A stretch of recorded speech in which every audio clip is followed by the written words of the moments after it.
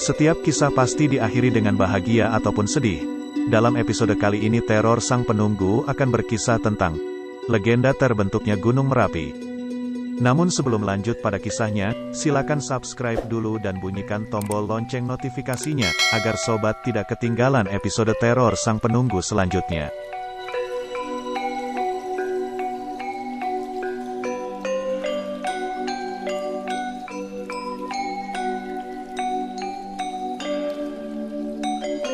Gunung Merapi memiliki banyak sekali versi legenda yang dipercaya oleh masyarakat sekitarnya. Namun yang paling dominan adalah adanya kerajaan gaib yang bersarang di puncak gunung. Para makhluk gaib ini dipercaya akan membawa petaka yang sangat besar kepada masyarakat di Yogyakarta. Itulah mengapa Keraton Yogyakarta selalu menunjuk salah satu abdi dalamnya untuk menjadi juru kunci gunung. Salah satu juru kunci yang paling terkenal adalah Mbah Marijan yang meninggal saat erupsi Merapi beberapa tahun lalu. Beberapa tempat di Gunung Merapi juga dijadikan tempat makhluk halus untuk tinggal, sebut saja Pasar Bubrah. Tempat ini dipercaya ramai saat malam Jumat karena para makhluk halus mulai keluar dan muncul. Selain itu ada tempat-tempat seperti hutan patuk alap-alap yang digunakan untuk penggembalaan ternak milik kerajaan gaib Gunung Merapi. Di waktu-waktu tertentu juga hewan-hewan gaib seperti macan putih, ular besar, dan lainnya kerap membuat orang yang mendaki harus lari terpontang-panting. Satu hal yang harus dipahami ketika ke Gunung Merapi, selalulah jaga hati, lisan, dan perbuatan.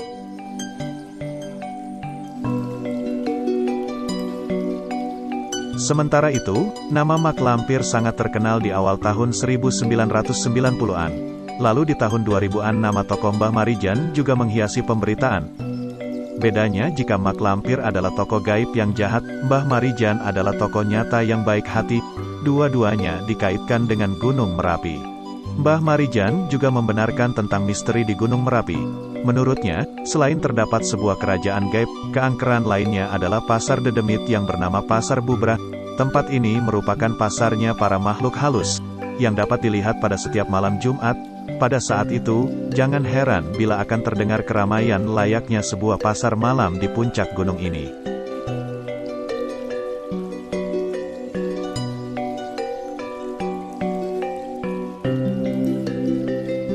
Ada sebuah kisah datang dari seorang pendaki. Awalnya seorang pendaki dan dua orang temannya tidak begitu yakin tentang semua yang dikatakan oleh Mbah Marijan. Tapi, ketika mereka bertiga mendapat izin dari Mbah Marijan untuk mendaki puncak Gunung Merapi, mereka bertiga pun merasakan dan mengakui kebenaran kisah itu yang membuat kami gemetar ketakutan. Kebenaran kisah itu terbukti saat mereka melakukan pendakian melalui jalur Kaliurang yang terdapat di Desa Kinahrejo. Mereka ditemani Mas Budi, anak angkat Mbah Marijan. Medan berbatu yang terjal dan juga sangat rapuh harus dilalui sehari penuh. Rasa penat bertambah lagi ketika harus melintasi kawah mati, karena uap belerang membuat napas semakin sesak. Sesampai di Pasar Bubrah, mereka sepakat berkemah dan bermalam di sana, untuk merasakan keanehan yang kerap dibicarakan orang itu. Bukannya sombong, tapi sekadar membuktikan bahwa semua itu adalah sebuah kebenaran dan bukan mitos. Selain itu, tempat ini merupakan lokasi ideal berkemah karena letaknya sudah mendekati puncak. Tak lama, ketika mata mereka mulai terpejam karena rasa penat setelah seharian berjalan, kisah pasar setan yang diceritakan oleh Mbah Marijan menunjukkan kebenaran. Suara-suara gamelan dan gending Jawa mulai mengalun di telinga mereka, keramaian sebuah pasar pun menyusul. Bersamaan dengan itu deru angin semakin besar dan menambah gaduh suasana.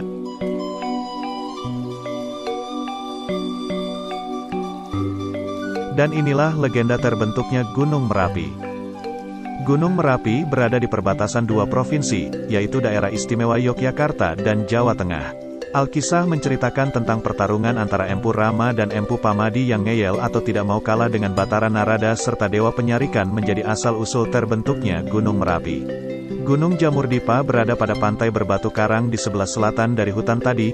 Gunung tersebut sudah tidak aktif. Suatu hari, Batara Narada dan Dewa Penyarikan memeriksa Gunung Jamurdipa.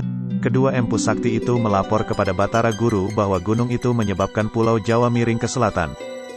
Maka, mereka harus memindahkannya ke bagian tengah Pulau Jawa, yaitu dataran rendah di utara. Tak lama kemudian, Batara Narada dan Dewa Penyarikan diberi perintah untuk membujuk dua empu tadi pindah. Mereka pun berdiskusi, namun tidak mencapai kata mufakat. Jika kami pindah, maka keris yang kami buat akan turun kualitasnya. Hanya hutan ini yang bisa membuat keris kami memiliki kualitas yang baik, kata salah satu empu.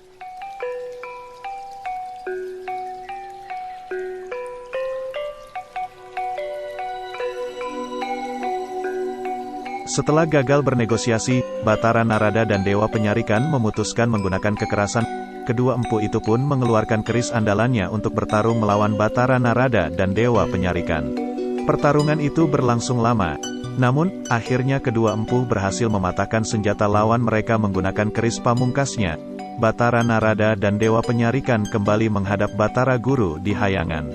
Tidak ada jalan lain, kalian harus memindahkan Gunung Jamur Dipa sekarang meskipun akan menimpa dua empu itu, perintah Batara Guru. Batara Narada dan Dewa Penyarikan dengan sekuat tenaga dan kemampuan yang mereka miliki, akhirnya mengangkat Gunung Jamur Dipa, lalu membawanya sambil terbang. Selanjutnya, mereka meletakkan Gunung Jamur Dipa tepat sesuai lokasi yang direncanakan, yaitu di wilayah Empu Rama dan Empu Pamadi. Sontak Empu Rama dan Empu Parmadi pun terdindih Gunung Jamur Dipa dan kedua empu itu pun meninggal dunia terkubur di dalam Gunung Jamur Dipa. Lokasi Gunung Jamur Dipa sudah dipindahkan. Gunung Jamur Dipa menjadi aktif lagi karena berada tepat di atas tungku perapian, yaitu tempat kedua empu memanaskan besi. Lama-kelamaan, gunung itu lebih dikenal dengan nama Gunung Merapi.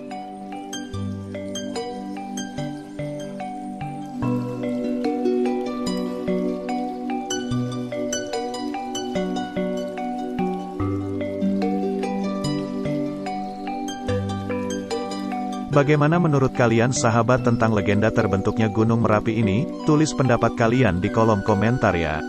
Jangan lupa saksikan terus Teror Sang Penunggu episode selanjutnya ya sahabat.